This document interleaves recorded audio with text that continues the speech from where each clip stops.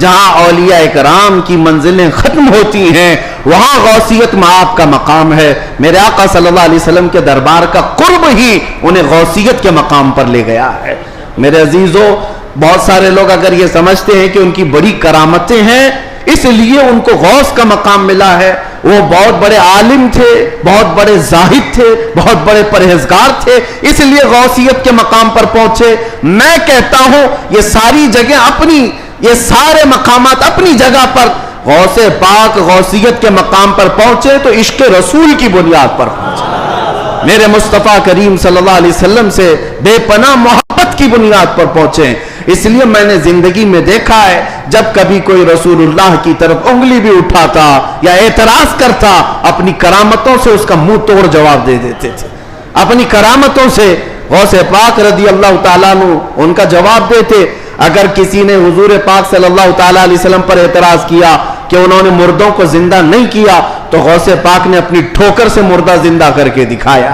400 سال بعد غوث پاک رضی اللہ تعالیٰ عنہ اعلان کرتے تھے تو رسول اللہ کے بارے میں بات کرتا ہے، میں ان کے بیٹے کے بیٹے کے بیٹے کے بیٹے کے بیٹے 400 سال بعد آیا ہوں اور اللہ نے میرے پاؤں میں یہ طاقت دی ہے کہ قبر کو ٹھوکر لگاؤں تو مردہ زندہ کھڑا ہو جائے، اور جس کی میں نسل سے ہوں وہ اگر کہیں ٹھوکر لگائے پورا قبرستان کھڑا ہو سکتا ہے.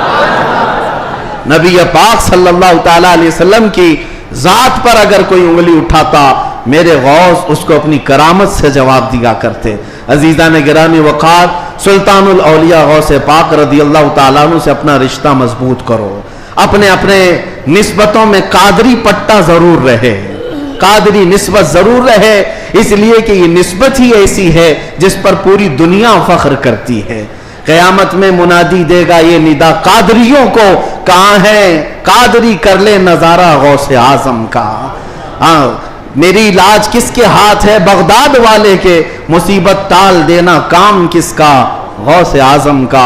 اسی لیے میرے عزیزو، ہم نے غوث پاک رضی اللہ تعالیٰ عنہ کی زندگی پاک میں دیکھا ہے اللہ تعالیٰ نے ان کو تصرف دیا تھا، وہ طاقت عطا کی تھی کہ وہ اللہ کریم کی بارگاہ میں ایسی مقبولیت کے مقام پر تھے کہ خلاف عادت کام ان سے صادر ہوئے.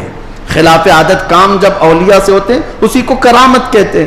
بعض لوگ ابھی عقل کے گھوڑے دوڑاتے اور کہتے ہیں ایسا کیسے ہو سکتا ہے، یہ سب تو مولانا لوگوں کی پھکائی ہے، یہ جملے بازی ہے. ان کو قرآن پاک سے اگر تعلق ہو تو میں بتاؤں. اب میں ایک بات آپ سے بتاتا ہوں، غوث پاک کی ایک کرامت جس پر ابھی میں چند دن پہلے سن رہا تھا.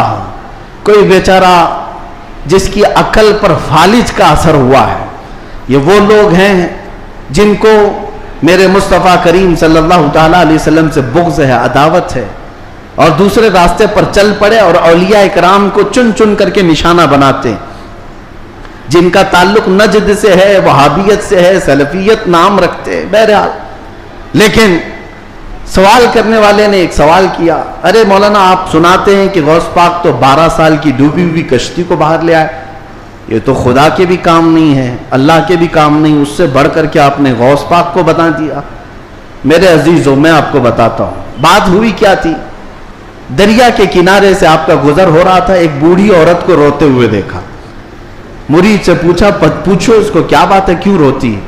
معلوم کیا تو پتا چلا کہ اس خاتون کا اکلوتا بیٹا تھا، بڑے نازوں سے پالا تھا. اس عورت نے شادی کی، برات آ رہی تھی اور کشتی جو ہے دریا میں غرق ہو گئی، ڈوب گئی، باہر نہ آ سکی. مشہور کرامت ہے غوث پاک کی. تو وہ ڈوب گئی اور اس بوڑھی عورت کا دل تو ماں کا ہے، بیٹے کے یاد میں روز آتی ہے، روتی اور شام واپس چلی جاتی، روز روتی ہے. غوث پاک رضی اللہ تعالیٰ عنہ کو اس پر رحم آیا، اللہ کریم کی بارگاہ میں سفارش کی، اے رب کریم تو نیست سے ہست کرنے والا، تو پانی کے قطرے سے پورا انسان بنانے والا، تو راکھ کے ڈھیر کو بھی اگر چاہے تو زندہ انسان کھڑا کر دے. مولا قادر مطلق ہے، اس خاتون پر رحم فرما اور اس کا بیٹا واپس لوٹا دے. غوث پاک کی دعا چل رہی تھی. تھوڑی دیر دیکھنے کے بعد دریا میں ایک بھونچال سا، طوفان سا آیا. پانی کے اندر ایک عجیب سی सरसराहट हुई, थोड़ी देर के बाद देखा तो एक कश्ती बरामद हुई। गौसे पाक ने सिर्फ उस खातून के बेटे की जिंदगी मांगी थी, मगर सदक़े में अल्लाह ने पूरी बारात की जिंदगी लौटा दी। पूरी बारात वापस आ गई और वो खुशी खुशी गौसे पाक रज़ियल्लाहु ताला अन्हु का शुक्र करते हुए घर गए। 12 साल के बाद मछलियां खा गई होंगी, कश्ती के पुर्जे पुर्जे खत्म हो गए होंगे, लेकिन रब्बे जुल जलाल कादिर मुतलक हम उन लोगों को यही तो कहते हैं जो जला करके समझते हैं कि अब कोई नहीं उठा सकता इनको, राख पानी में बहा करके समझते हैं कि अब इनका हिसाब किताब नहीं हो सकता। अरे अकल के अंधो, जिस रब्बे जुल जलाल ने एक नुतफे से तुम्हारा पूरा इंसानी शक्ल बनाया है, तुम 1000 बार जला कर राख कर दो, रब्बे जुल जलाल कादिर मुतलक है, वो दोबारा जिंदा फरमाएगा हिसाब लेने के लिए। तो कश्ती दोबारा वापस आई। गौसे पाक रज़ी अल्लाह ताला अन्हु की इस करामत पर एक दो नहीं हजारों लोग इस्लाम में दाखिल हुए थे, हजारों लोग इस्लाम में दाखिल हुए। अब जो साहब हैं उन्होंने कहा कि ऐसा कैसे हो सकता है, ऐसा कैसे हो सकता है। हर जगह अगर तुम अकल के घोड़े दौड़ाओगे तो यही सवाल करोगे ऐसा कैसे हो सकता है। अगर तुम्हारी अकल में बात नहीं आती तो समझ लो उसी को करामत कहते हैं, उसी को करामत कहते हैं। तुम और हम भी कर सकते थे तो फिर गौस की करामत का मतलब ही क्या है? तुम भी गौस होते, हम भी गौस होते। करामत है जो अकल में नहीं आएगी। और कुरान से अगर दलील मांगते हो, सुनो, सुलेमान अलैहिस्सलाम ने अपने दरबार में एक बार ऐलान किया था, कौन है जो सबा बल्कीस का तख्त यहां पर ले आएगा।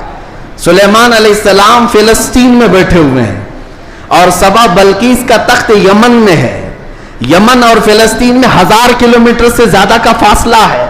एक जिन खड़ा हुआ, कहा अल्लाह के नबी मैं ले आता हूं। पूछा कितनी देर में? कहा मैं आपकी मजलिस खत्म होने से पहले वो लेकर आ जाऊंगा।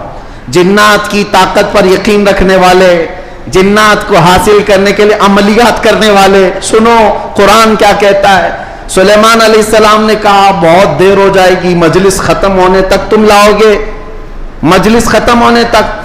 फिर अल्लाह के एक वली जो सुलेमान अलैहिस्सलाम के उम्मती थे, आसिफ बिन बरखिया, खड़े होते हैं, कहते हैं ए अल्लाह के नबी मैं ले आऊंगा। पूछा कितनी देर में? कहा आपकी पलक झपकने से पहले लाऊंगा। आपकी, ये कुरान के अल्फाज हैं, कुरान के। क़ाल अल्लज़ी इंदहु इल्मुम मिनल किताब अना आतीका बिही क़ब्ल अन यर्तद्द इलैका तर्फ़ुक। इससे पहले कि आपकी आंख की पलक झपके, ए अल्लाह के नबी मैं वो तख्त ले आऊंगा। तख्त कोई 4 फीट का 5 फीट का नहीं, 80 गज लंबा है और उतना ही चौड़ा है, उतना ही वजनी है और 7 दरवाजों के अंदर बंद करके रखा हुआ है। सोने चांदी जवाहरात से जुड़ा हुआ तख्त है। और एक इंसान कहता है, इंसान, जिन्नात की बात नहीं कर रहा, जिन्नात की बात आएगी तो आप समझेंगे उनको बड़ी ताकत होती है। इंसान की बात कर रहा हूं। इंसान ने कहा सुलेमान अलैहिस्सलाम के उम्मती मैं पलक झपकने से पहले लाऊंगा। यह सिर्फ और सिर्फ बात नहीं थी, हजरत सुलेमान अलैहिस्सलाम अभी पलक कर इधर देख रहे थे, वो तख्त हाजिर कर चुके थे, तख्त हाजिर कर चुके थे। अब मैं आपको यह बताना चाहता हूं, वो सुलेमान अलैहिस्सलाम खुद अल्लाह के नबी थे, खुद अल्लाह के नबी। अरे वो चाहते तो खुद ही तख्त को तलब कर लेते। इस कुरान के वाक़े का मतलब मुझे यह समझ में आता है, अल्लाह के नबी ने दुनिया को यह बताना चाहा, जो नबी के कदमों में बैठता उसकी ताकत का ये है। नबी की ताकत तो बहुत दूर। और ये भी बनी इसराइल के नबी, बनी इसराइल के नबी सुलेमान अलैहिस्सलाम, उनके उम्मती की ताकत का हाल ये है, तो फिर सैयदुल अंबिया मुहम्मद रसूलुल्लाह और उनकी उम्मत के आम औलिया की बात नहीं कर रहा हूं। शेख अब्दुल कादिर जिलानी, जिनका वली की गर्दन पर है, वो 12 साल की कश्ती वापस ले आए तो ताज्जुब की बात नहीं, बल्कि हम समझते हैं कुरान इस करामत को बिल्कुल ऐनी तौर पर बयान कर रहा है। अजीजान गिरामी, मैं दुनिया की या दुनिया के नक्शे कदम पर चलने वाले, हर चीज को थ्योरी और प्रैक्टिकल पर आजमाने वाले और साइंस की दुनिया में चलने वाले, उनको कहता हूं आइंस्टाइन ने कहा है। आइंस्टाइन का नाम तो बहुत लोगों को अच्छी तरह से याद होगा, उसकी तस्बीह भी पढ़ते होंगे। अल्हम्दुलिल्लाह हम गौसे पाक की तस्बीह पढ़ते हैं। अब उसी आइंस्टाइन की बात कर रहा हूं, जिसने ये कहा है कि मैंने कायनात को देखने की कोशिश की, सुनो, कायनात को देखने की कोशिश की और चांद तक और सूरज तक और बहुत सारे मकामात तक देखने की रसाई हासिल कर लिया। और उसने कहा कायनात का जो किनारा, एक किनारा मैंने देखा, उसके लिए वो कहता है 2 करोड़ नूरी साल लग जाएंगे। 2 करोड़ नूरी साल। नूरी साल किसको कहते हैं पता है? ये जो साल हमारे चल रहे हैं, ये साल सुबह होती है 6 बजे सुबह हुई, शाम में 6 बजे सूरज डूबा, आराम से दिन चल रहे हैं। नूरी साल इसको नहीं कहते। नूरी साल 1 मिनट में 1,80,000 किलोमीटर का सफर करता है। 1 मिनट में 1,80,000 किलोमीटर का सफर तय हो जाता है नूरी साल में। उस तरह 1 मिनट की बात कर रहा हूं, 1 मिनट की, उस तरह के 2 करोड़ साल लग जाएंगे कायनात को देखने के लिए। ये कौन कह रहा है? आइंस्टाइन कह रहा है, जिसके पीछे तुम लोग आगे पीछे जिसको किबला बनाते हो। सुनो, 2 करोड़ नूरी साल लग जाएंगे कायनात के किनारे देखने के लिए, कायनात की सारी चीजें देखने के लिए। और आओ शहंशाह बगदाद के दरबार में, कहते हैं नज़रतु इला बिलादिल्लाहि जमअन का खदलतिन अला हुक्म इत्तिसाली। मैं अल्लाह की पूरी कायनात को ऐसे देखता हूं जैसे अपने हथेली में राई के दाने को देखता। तुम्हारे सारे आले, तुम्हारे सारे कंप्यूटर 2 करोड़ साल में भी वहां नहीं पहुंच सकते जहां शहंशाह बगदाद की एक निगाह पहुंचती है। हाँ, मेरे गौस ने फरमाया नज़रतु इला बिलादिल्लाहि जमअन का खदलतिन अला हुक्म इत्तिसाली। मैं अल्लाह के पूरे शहरों को, कायनात को ऐसे देख रहा हूं जैसे अपने हथेली में राई के दाने को देख रहा हूं। अजीज़ान गिरामी वक़ार, अल्हम्दुलिल्लाह हमारे पास फख्र करने के लिए बहुत कुछ है, बहुत कुछ है। गौसियत मआब की निस्बत ने ही आला हजरत को मुजद्दिद बनाया है, आला हजरत को मुजद्दिद बनाया है। और इमाम अहले सुन्नत फाजिल बरेलवी इसी निस्बत पर फख्र करते हैं। देखा जाए तो इमाम अहले सुन्नत आला हजरत ने तकरीबन 1000 से ज्यादा किताबें लिख डाली हैं। 55 उलूम पर अल्लाह ने महारत ताम अता की है और बहुत सारे शागिर्दों की खेत तैयार की है। उम्मत पर एक बहुत बड़ा उम्मतियों पर एहसान है। लेकिन सारी चीजें अपनी जगह पर, कुरान का तर्जुमा किया है, फतावा रज़विया शरीफ है, बारगाह मुस्तफ़ा में हदायत बख्शिश है, बहुत सारे काम हैं। लेकिन जब रसूलुल्लाह के दरबार में हाजिर होते हैं, आला हजरत ये नहीं कहते या रसूल अल्लाह मैं फतावा रज़विया लेके आया हूं, मैं कंजुल ईमान लेकर के आया हूं, मैं हदायत बख्शिश लेके आया हूं, बल्कि आला हजरत ये कहते हैं तेरी सरकार में लाता है रजा उसको शफी जो मेरा गौस है और लाडला बेटा तेरा। निस्बत के लिए भी बारगाह मुस्तफ़ा में आला हजरत ने अगर किसी बात पर फख्र किया है तो गौसियत की निस्बत पर फख्र किया है। या रसूल अल्लाह तेरी सरकार में लाता है रजा उसको शफी जो मेरा गौस है और लाडला बेटा तेरा। यकीनन मेरे अजीज़ो करामात सुनाने का वक्त जुमा के छोटे वक्त में नहीं होता, वरना मैं बहुत सारी चीजें सुनाता। अल्हम्दुलिल्लाह गौसियत मआब शहंशाह बगदाद पीरे पीरा मीरे मीरा, जिसकी निस्बत अल्हम्दुलिल्लाह छोटों को बड़ा बना देती है और अदना को आला बनाती है। अल्हम्दुलिल्लाह अभी अभी हाजिरी से मैं आया और हाजिरी के बाद दिल में यह एहसास होता है। एक बुजुर्ग वहाँ पर मुलाकात जिनसे हुई, वह अरबी और अलवी सादात में से हैं, उम्र काफ़ी हो चुकी। उन्होंने मुझे मिल करके हाथ पकड़ करके कहा आओ मैं तुम्हारी हाजिरी कराता हूँ।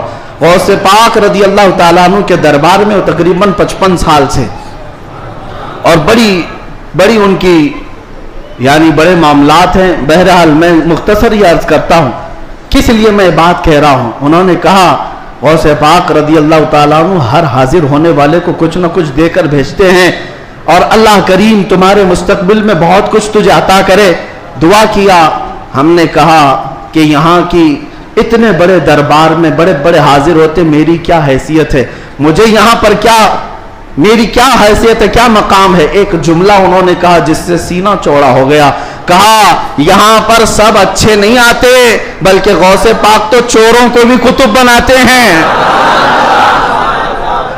बुरा हो तो क्या हुआ, निस्बत भली है या गौस। तुझसे दर दर से सग और सग से है मुझको निस्बत, मेरी गर्दन में भी है दूर का डोरा तेरा।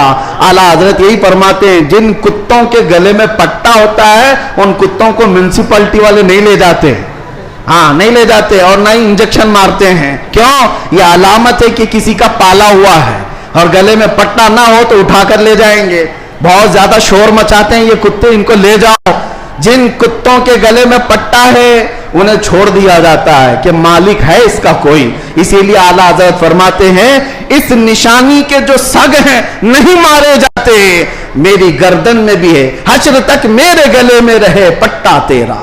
हमारे गले में गौसे पाक रज़ियल्लाहु ताला अन्हु की निस्बत का पट्टा है। इंशाअल्लाह अज़ीज कोई और दूसरा हमें उचक नहीं ले जाएगा, इतना यकीन जरूर है, इतना यकीन